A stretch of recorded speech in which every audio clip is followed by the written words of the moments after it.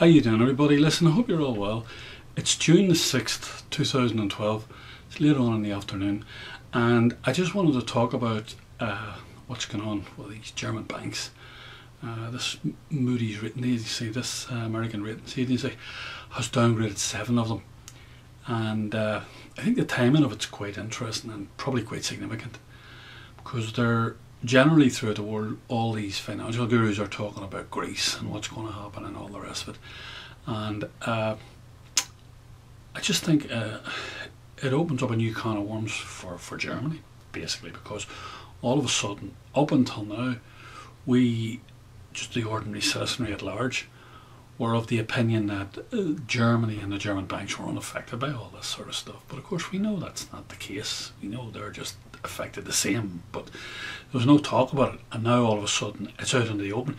It's like, as I say, the elephant that was in the corner of the room is suddenly woken up and it's starting to trundle around the place, and people have to take notice of it.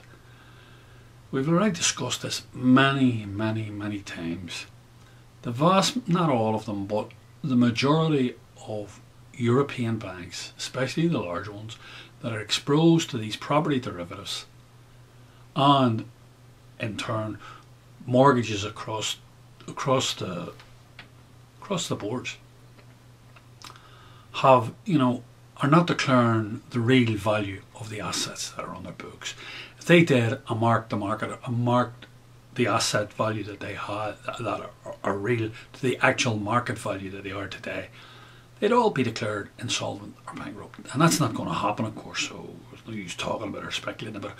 But this crew at Moody's are realising, I presume they're realising, the significance of the German exposure to these, the German bank's exposure to these things, and also in turn the German bank's exposure to the various other countries that they've loaned money to. So I think the word is out about Greece, what's going to happen with Greece. I put a link to Paul Krugman was on there in BBC News talking about it. He said they're definitely going to go out. See, they're damned if they do and they're damned if they don't. That's the main thing.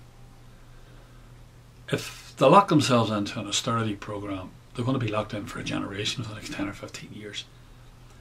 If they get out of the euro, at least they'll have some chance. It'll be dreadful for a year or two, but they'll have to devalue the drachma to a large extent, and they'll have to start trading again, and they'll have to get tourists, a large number of tourists back into Greece. And they would do that if they had a vastly reduced drachma, the value of the drachma, because people would see that against the euro and against their own currencies, the drachma is pretty weak, so they would come and spend their money there. That's just the way of it. But it would be bad. But that's capitalism. That's what we've signed up to. That's the order of the day. Like, nobody said it was going to be easy. That's what we're on. This is not like some sort of a fucking road trip. Anybody who thinks that is dreaming. I mean, the bottom line of it is Ireland is only the way that Ireland is because we joined the euro in 1990. If we were not, if we had our own currency, our own pond, they'd have never given us the money that they give us. They'd never given us the money. They gave us that money because we joined the euro. We were part of the club.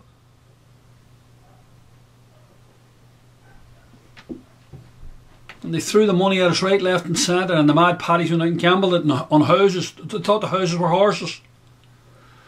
But anyway, that's a different ball game. The bottom line about it is, at the end of the day, there's a whole series of events going to take place. First of all, they'll have to deal with the Greek thing, and ongoing, on a daily basis, they're going to have to deal with the Spanish thing. How they're going to deal with that, I don't know, because this recent thing with Germany is going to put the wind up the Germans. The Germans are not going to be flaking out large amounts of money or doling out large amounts of money. Of that I can assure you. So they're going to be very reticent to agree to any bailouts unless it's part of some agreed, already in position fiscal mechanism. That's the way I see it. And we're talking in terms of this Greek, we're talking about in terms of the Spain, we're talking about a lot of money.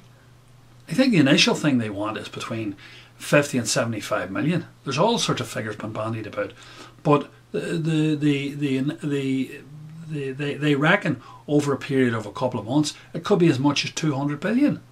Now, these are substantial amounts of money. This isn't Ireland going looking for 30 billion or 40 billion. This is none of this stuff. This is serious stuff going down.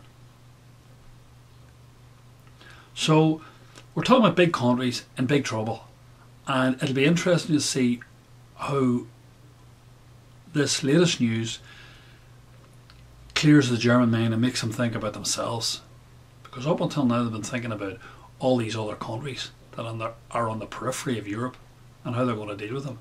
So let's see what happens. I just think it's fascinating.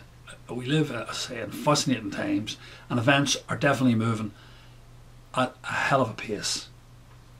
The final thing I want to say is I just want to thank everybody for their comments and their consideration, and I do appreciate it very much.